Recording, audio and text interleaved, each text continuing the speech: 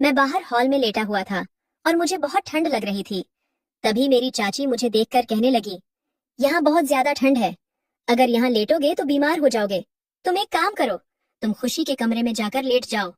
दरअसल हमारे घर में दो ही कमरे थे और खुशी मेरी चाची की छोटी बहन थी, जो इस वक्त हमारे घर घूमने आई थी। चाची की ये बात सुनकर मैं बहुत खुश हो गया था। मैं चाची की बात मानकर खुशी के कमरे में जाकर लेट गया। खुशी गहरी नींद में थी। जैसे ही आधी रात हुई, मैंने उसके चादर पर हाथ फेरना शुरू कर दिया। मुझे ऐसा लगा जैसे कि वो जाग रही है, पर मुझे कुछ कह नहीं रही है और शायद वो भी यही चाहती है। उसके बाद मुझे और भी हिम्मत मिल गई थी और मैंने अपना हाथ।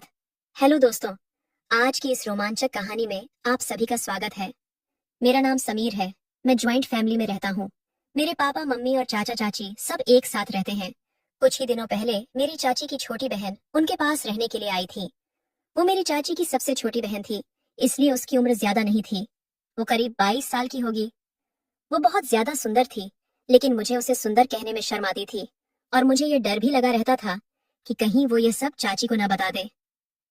मेरे चाचा और पापा दुकान और खेती बाड़ी का काम देखते थे और मेरी मम्मी और चाचा घर पर ही रहती थी। मेरी चाची का एक बेटा भी था, जिसका नाम शिखर है और उसकी उम्र 6 साल थी। एक रोज की बात है, हम सब बैठकर खाना खा रहे थे।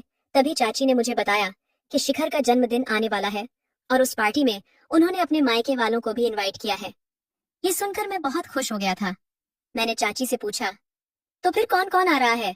उन्होंने कहा, मम्मी पापा की तबीयत ठीक नहीं है, तो शायद वो दोनों नहीं आ पाएंगे, पर खुशी यहाँ आने के लिए बेकरार है। वो कह रही है, मेरे दीवाने इकलौते भांजे का जन्मदिन है, मैं तो जरूर आऊंगी। चाची बोली, जब वो बस स्टैंड पर आ जाएगी तो तुम उसको ले आना। मैंने उसे तुम्हारा नंबर दे दिया है, वो यहाँ पहुंचते ही तुम्हें फोन कर देगी। चाची की बात सुनकर मैं 7वें आसमान पर था। मैंने खुशी को पहली बार चाचा जी की शादी में देखा था और जिस दिन मैंने उसे देखा था, उसी दिन मैं अपना दिल हार गया था। खुशी उस वक्त एक भोली भाली सी लड़की लगती थी और अब तो वो खूबसूरत और जवान महिला हो चुकी होगी। मैंने जल्दी से अपना खाना खत्म किया और अपने कमरे में चला आया।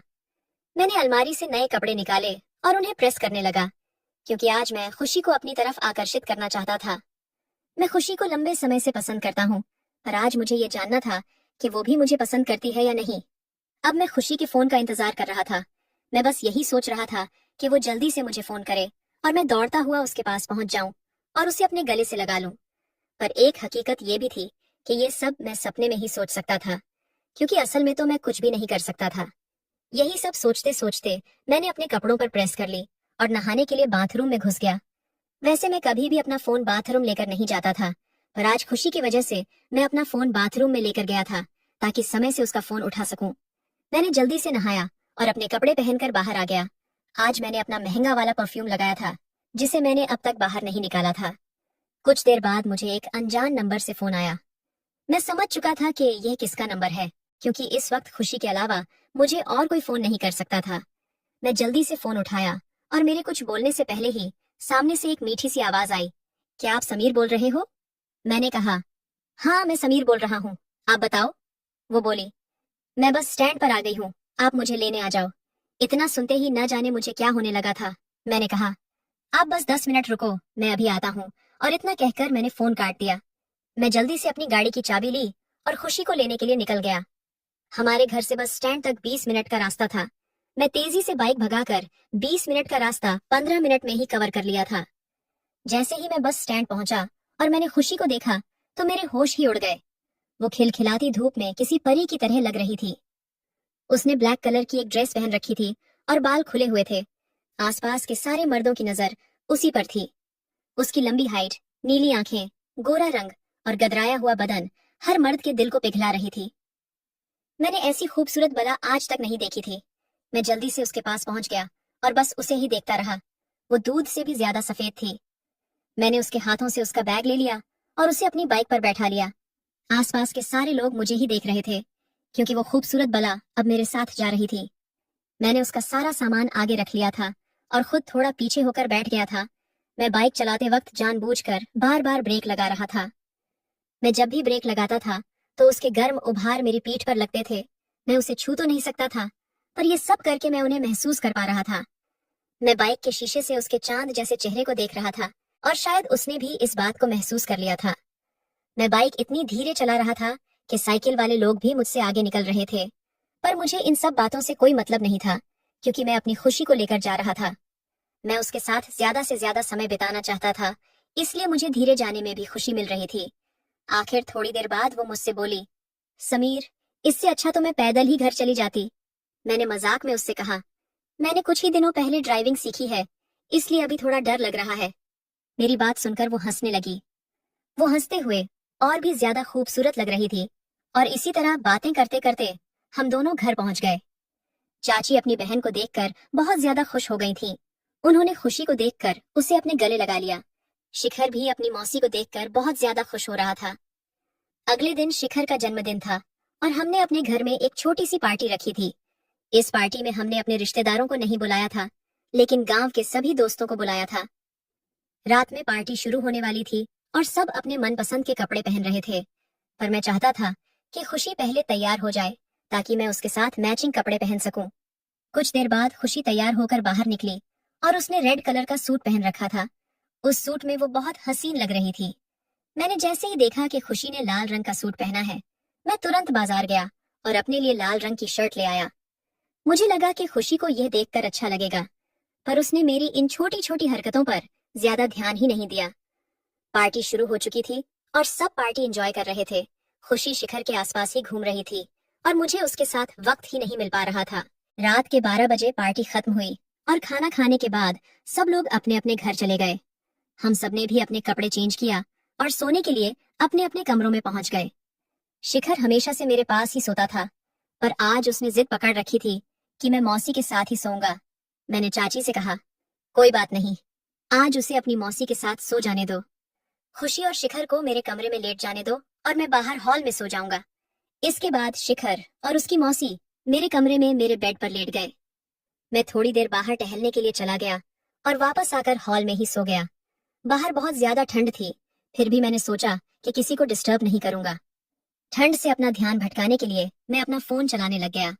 थोड़ी देर फोन चलाने के बाद मुझे नींद आने लगी। मैं फोन बंद करके सोने की तैयारी कर ही रहा था कि तभी चाची मेरे पास आ गई और बोली, समीर, यहाँ बहुत ज्यादा ठंड है। अगर तुम बाहर लेटोगे तो कल सुबह तक पक्का बीमार हो जाओगे। मैं तुम्हें ऐसे बाहर ठंड में नहीं सोने दूंगी। तुम भी अंदर जाकर खुशी और शिखर के साथ लेट जाओ। चाची जी की यह बात सुनकर तो मेरी खुशी का कोई ठिकाना ही नहीं रहा, लेकिन मैंने चाची के सामने अपनी खुशी जाहिर नहीं होने दी। मैंने कहा, नहीं चाची, इस तरह अच्छा नहीं लगता। चाची बोली, क्या अच्छा नहीं लगता समीर?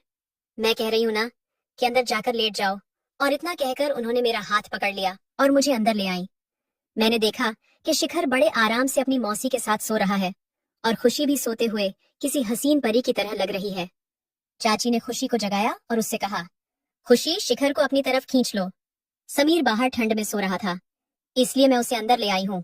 खुशी अपनी आंख मसलते हुए शिखर की ओर देखने लगी और उसे थोड़ा सा अपनी तरफ खींच लिया। मुझे थोड़ी सी जगह मिल गई थी और मैं भी वहीं लेट गया। हम दोनों एक ही बेड पर लेटे हुए थे और हमारे बीच कोई दूरी भी नहीं थी। खुशी ने शिखर को बेड के किनारे पर लेटा दिया था और खुद बीच में लेट गई थी। उसके बगल में ही मैं लेटा हुआ था। मैंने कमरे की लाइट बंद की और खुशी के बगल में आकर लेट गया। मैं सोने का नाटक करने लगा, क्योंकि खुशी के बगल में रह के मुझे नींद कैसे आ सकती थी। मेरा मन तो उसके साथ शरारत करने के लिए कह रहा था, लेकिन मैं चाहता था कि अगर उस शरारत की शुरुआत खुशी करेगी तो मजा ही आ जाएगा। कुछ देर लेटे रहने के बाद मैंने महसूस किया कि किसी ने मेरे पैरों की उंगलियों को छुआ है। मैं समझ गया था कि ये पैर खुशी के ही हैं, क्योंकि शिखर तो किनारे लेटा हुआ है। जैसे ही खुशी ने मेरे साथ ये हरकत की, मेरे पूरे बदन में हलचल सी पैदा हो गई। मैं खुद पर काबू रखने की कोशिश कर रहा था, पर हो नहीं पा रहा था। वो बार बार मेरे पैरों की उंगलियों को छू रही थी और मेरे शरीर में सिहरन सी हो रही थी। ये सब मुझे बहुत अच्छा लग रहा था। मैंने अपने जज्बातों को काबू न रखते हुए अपना हाथ खुशी की चादर पर रख दिया। मैंने ये सब इस तरह से किया था कि उसे ऐसा लगे कि मैं नींद में हूँ।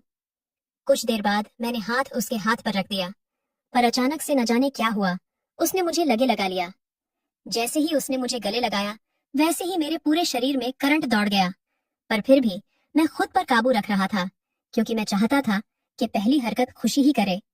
पर कुछ देर बाद वो भी खुद पर काबू नहीं कर पाई और हरकत कर बैठी। उसके बाद मैं भी अपने सारे होश खो बैठा खुशी ने मुझे वो सुख दिया था जिसका मैं बेसब्री से इंतजार कर रहा था। मुझे खुशी ने सबसे बड़ी खुशी दे दी थी। हम सारी रात एक जगह सोते रहे और अगले दिन उसे वापस अपने घर जाना था। मैंने जैसे तैसे करके चाची को मना लिया और खुशी को एक हफ्ते के लिए रोक लिया। हम दोनों ने एक हफ्ते तक बहुत मजे किए और उसके बाद वो अपने घर चली गई। मैं खुशी को भूल नहीं पा रहा था क्योंकि कुछ ही दिनों में खुशी ने मुझे वो सुख दिया था जो मुझे आज तक नहीं मिला। मैं हमेशा के लिए उसे अपना बनाना चाहता था। इसलिए मैंने चाची के परिवार से हमारी शादी की बात कर ली। मेरी अच्छी नौकरी की वजह से उनके घर वालों को हमारे रिश्ते से कोई दिक्कत नहीं हुई और किसी ने कोई एतराज नहीं जताया। 1 महीने के अंदर हमारी शादी कर दी गई और मैं खुशी को अपनी पत्नी बनाकर अपने घर ले आया। कमेंट करके जरूर बताइएगा कि आपको ये कहानी कैसी लगी। अगर आपको ये कहानी पसंद आई हो तो इसे लाइक करें और अपने दोस्तों के साथ भी शेयर करें। आगे भी ऐसी रोमांचक कहानियों के लिए हमारे चैनल को सब्सक्राइब करें और बेल आइकन दबाना ना भूलें।